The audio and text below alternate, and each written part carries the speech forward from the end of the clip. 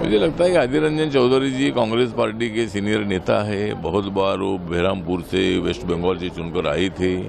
तो अधीर रंजन चौधरी जी को मेरा निवेदन ये है कि अगर आपका अपमान हो रहा है तो वहाँ रहने से क्या फायदा है।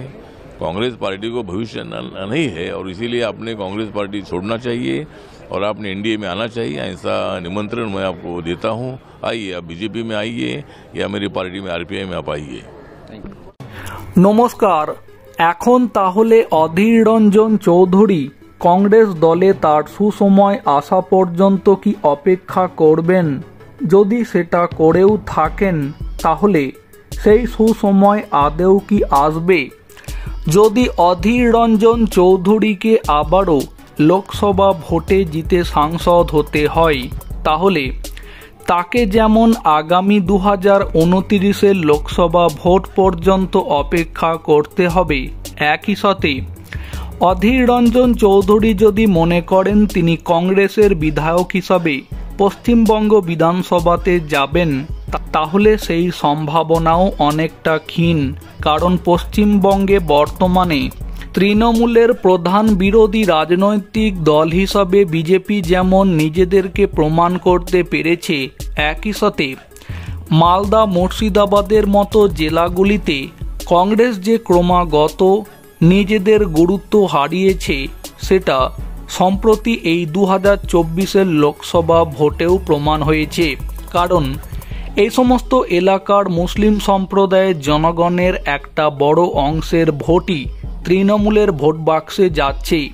তাই সেক্ষেত্রে বিধানসভা ভোটে বহরমপুর কিংবা মুর্শিদাবাদের অন্য কোনো বিধানসভা কেন্দ্র থেকে বিধায়ক হিসাবে বিধানসভাতে কতটা যাওয়া সম্ভব তা নিয়েও অনেক বড় প্রশ্নচিহ্ন থেকে যাচ্ছে।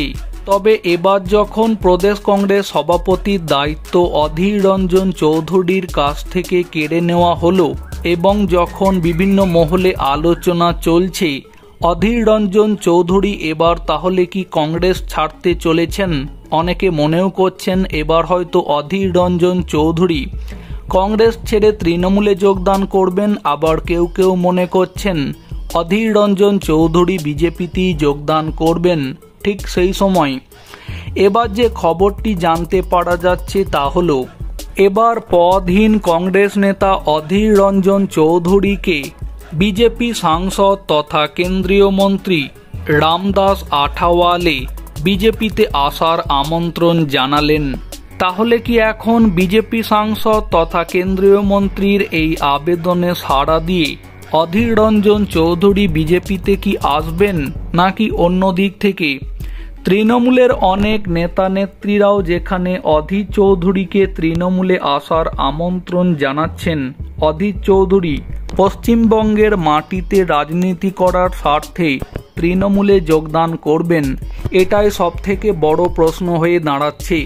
তবে বর্তমানে পশ্চিমবঙ্গের রাজনীতি থেকে জাতীয় রাজনীতিতে যখন বারংবারই অধীর রঞ্জন চৌধুরীকে নিয়ে আলোচনা হচ্ছে তখন অধীর রঞ্জন চৌধুরী বা আগামী দিনে কি করতে চলেছেন তার কথাবার্তা থেকে এখনও সেটা পরিষ্কার হচ্ছে না।